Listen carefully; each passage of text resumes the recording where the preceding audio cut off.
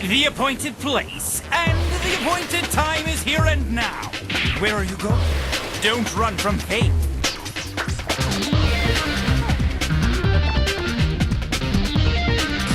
Oh great, the cat girl shows up and everything gets totally whacked.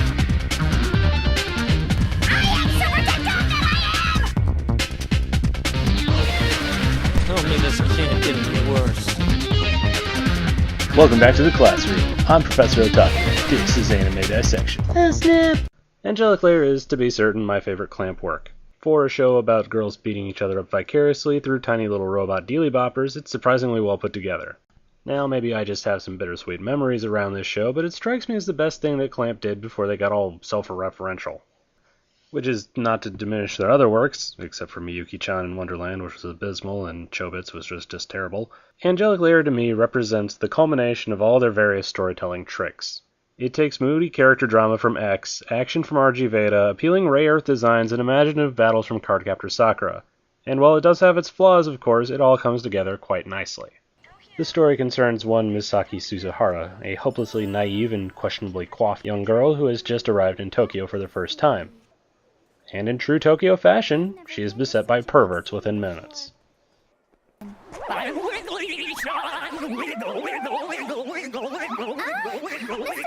This particular weirdo in a lab coat, who looks disturbingly familiar, is Ichan, who is bound and determined to get Misaki into Angelic Layer, which is just the hottest new thing ever. His plan manages to work rather spectacularly, and before Misaki knows it, she's actually out of cash. And so she has to meander back to suburbia to her Aunt Shoko's house on foot.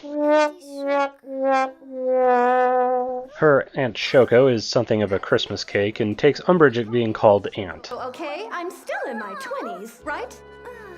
Remember, I have to uphold my reputation as an attractive young newscaster. There's a dumb wordplay in here, I just know it. But as a single woman living on her own, she takes well to having another girl in the house. And lucky for her, our plucky heroine is a domestic goddess in disguise. This is one of the many talents that she's managed to pick up while she was living at her grandparents' house while both of her parents were in absentia. Yes, her mother is off working and her dad is somewhere.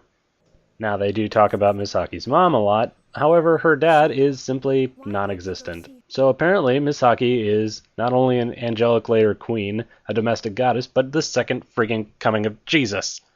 Which, for another thing, explains why she's so aggravatingly positive that it never seems to bother her.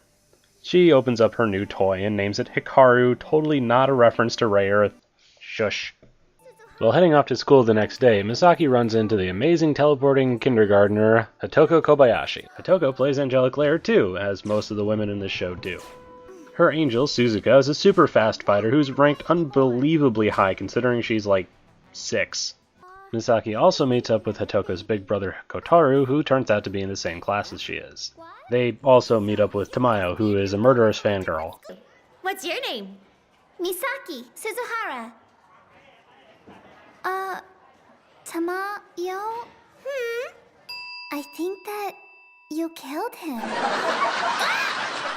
They end up being the core group for Misaki, even as she gets massively retardedly popular.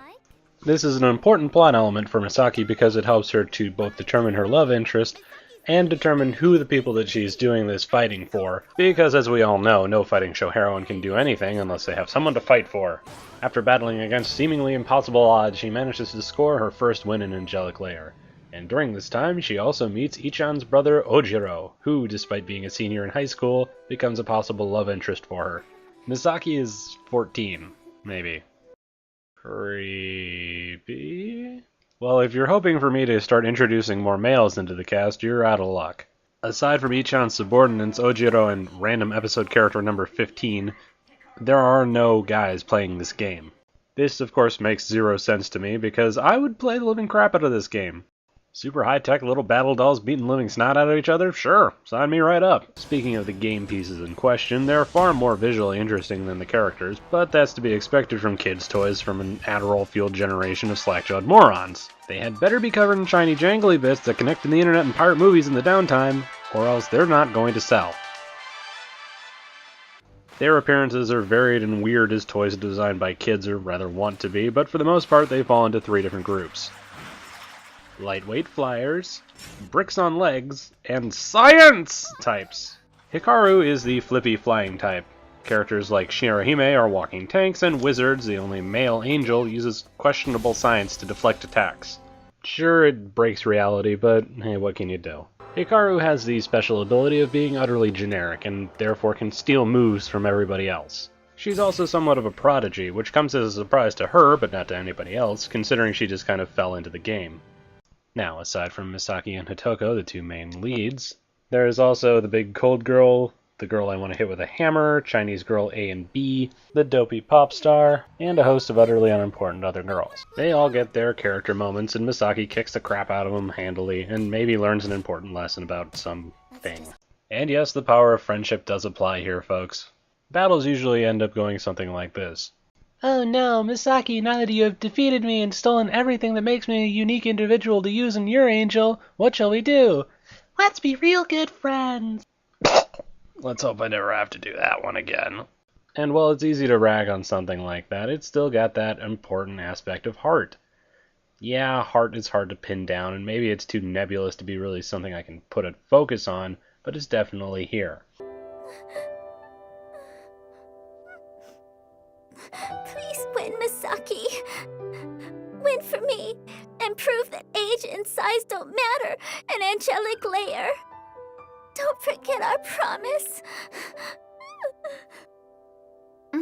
Yeah, you tell him, Hitoko. Now, as I was watching this show again, I wondered to myself why it didn't take off more here in the States, but I realized that it's because it's so unobtrusive. It is incredibly good and incredibly fun, but it is so completely harmless that I think it might be a detriment. Animation-wise, the show is crisp and clean and gorgeous and free of too much animation errors. And the dub is, again, standard ADV fare. If you're not much of a fan of dubs, it won't sway your opinion, but it still holds up quite well. All told, it's a fun little romp with great action and the power of friendship through pummeling the living snot out of each other.